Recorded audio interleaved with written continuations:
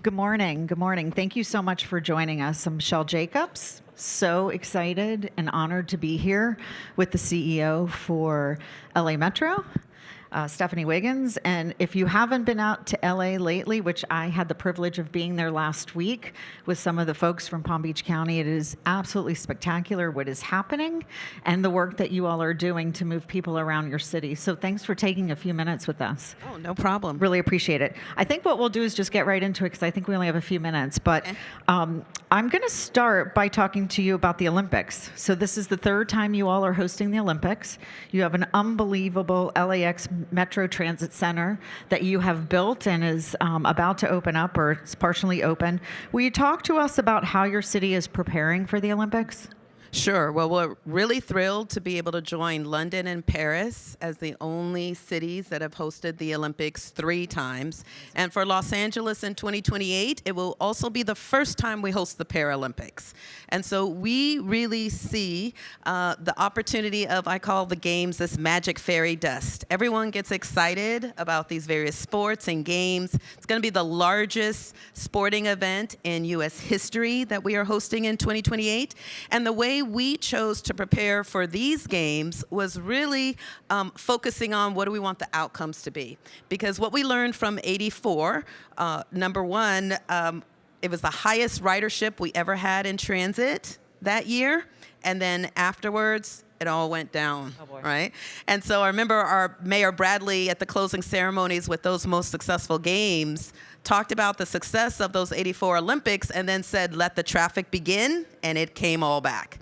So we've been planning and preparing for legacy this time around, leveraging people's passion for sports and these games to shift their perception about how they move around and how they consider LA. And as you experienced last week, one of our treasures is opening our major rail station. It's the size of a football field that connects to LAX. And that's incredible opportunity to really shift people's perception about how they think about transit. And we want people, when they visit for the games, to come away recognizing that LA is finally a transit-first city. Let's stick to your sporting events for a minute, because not only do you have the Olympics for the third time and the Paralympics, but you have soccer this year, right? You've got major sporting events, the World Cup this year, and then the Olympics coming up in a couple of years. And then even in 2034, a neighbor community is going to have the Olympics. So lots of compression. How did government leaders in the private sector work together when you were thinking about preparing for these events from a transportation perspective? Well, I think government leaders need to realize that these mega events, these sporting events, are an incredible opportunity. As you know, they're an economic generator. They're a catalyst. They require a lot of preparation and coordination, leadership, and the ability to execute under pressure. What we want to make sure, both myself and the transit agencies across America who are hosting the World Cup, even right here in Miami next door, is for government leaders to recognize that transit needs to be at the table at the beginning, that transit is part of the fan experience. The fan experience doesn't begin when they get to the stadium. It happens before they leave their door. And we are working to ensure that people have an outstanding experience as they journey to and from the events, because people want to be aligned with their tribe. There's just an incredible experience and an incredible way to experience their transit systems in their communities. And you're so lucky to have what you have developed since 1984 that you talked about.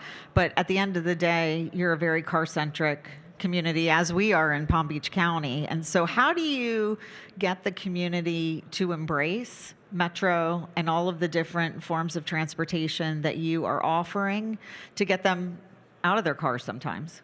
Well, where we've seen the best impact on ridership and getting people to leave their cars at home, which is very difficult because their brand and image is tied to their car, is quite honestly with major sporting events, major concerts, Taylor Swift, you name it, major festivals.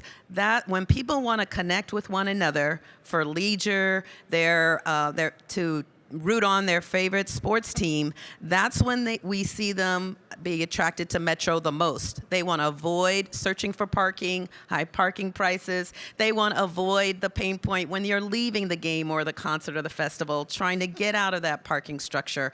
And so what we've begun to do is create the tailgating experience when they get on our bus or train. So they started earlier, and we've been seeing that makes a big difference. Integrated ticketing as well with the venue. And an amazing experience. So you want to ride transit, right? That makes a big difference. What your community has done is they have chose to tax themselves 4 times, right? Yes. To ensure that you could have a great public transit system. And I think you manage $220 billion worth of projects a year, which is unbelievable. Will you talk to us a little bit about how, I mean, it's incredibly expensive to build and maintain mass transit, as you know, better than anyone, but how has your agency managed to convince your LA County residents to continue to tax themselves 4 times? How do you continue to do that? Who are the partners in getting that done? Well, it wasn't easy. We couldn't do it ourselves. Critical partners have been the business community, elected officials, labor, community-based organizations, all coming together.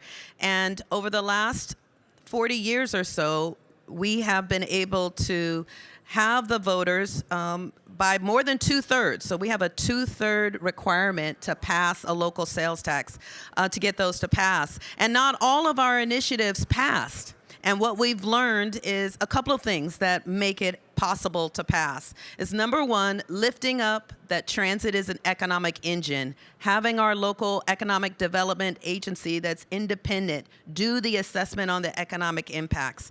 Realizing for the voters that when we ask them to vote on this transportation sales tax, that it's a long-term investment that they're making, a long-term investment that is based on 3 sacred elements, and that is number one, transparency. You must have a specific list of projects so that voters see themselves in what the sales tax or the half cent is going to pay for.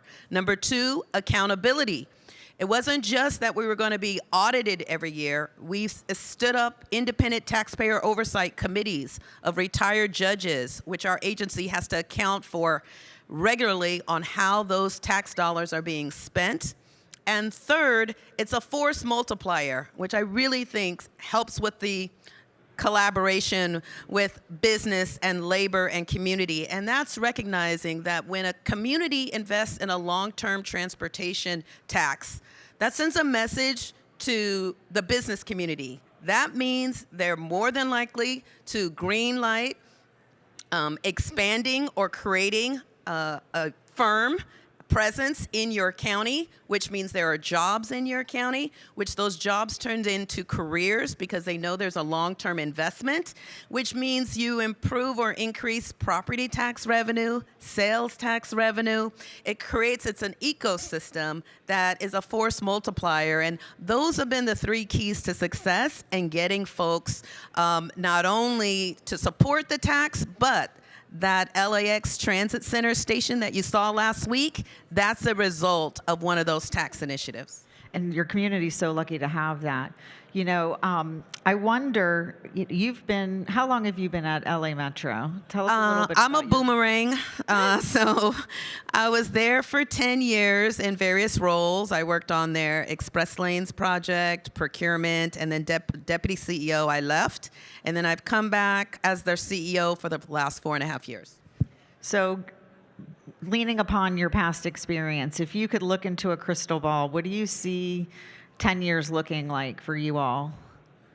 Wow. Well, I think the opportunity we have right now, particularly with all of these global mega events that we're going to be hosting, is really an opportunity to shift the narrative and people's perception about transit, and particularly transit in Los Angeles. Whether it's you can't get anywhere in transit, 10 years from now, that will be a totally different experience.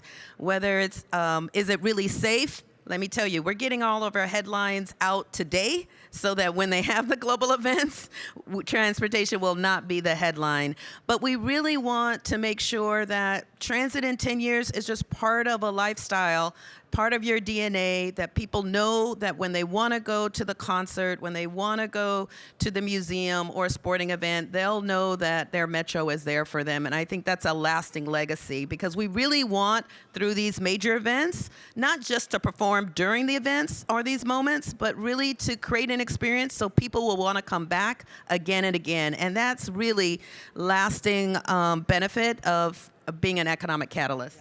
Absolutely. And then finally, how do you incorporate innovation and technology into what you're doing? I mean, there's a lot of new technology and cars and that you can deploy. Is that part of the big plan? It is part of the big plan. I am so excited about this conference in particular, and lifting up AI and AVs. As we are incorporating AI in what we do, I do think technology, automated vehicles and automation is going to be the future. We were just talking behind stage, and I was reflecting on what you were showing me with Glideways, that it's a little like the Jetsons, I'm saying, from YouTube, not from my age, but it is Jetsons. It's like we're coming to that stage, whether it's flying, taxis, etc. And so what we've done at Metro, we recognize that as a government agency, sometimes we can be a little bit too slow to catch on to technology, and it moves so fast. So my predecessor started a unit called the Office of Extraordinary Innovation. Since I've come in, we've renamed it. It's the Strategic Innovation Office, because we want innovation with a purpose. But that's really our opportunity to receive unsolicited proposals from the business community, really technology related, that have been phenomenal to help us really see the future in a more clear light. It's amazing. Well, I want to thank you so much for coming here all the way from LA to be with us today. And I'm glad that you were able to join the conference and Palm Beach County. Hopefully we can learn a lot from you and bring a little bit of it here. Well, thank you, Michelle. And I'm learning a lot from Tomorrow.City USA. So thank you. Oh, you're welcome. Thank you.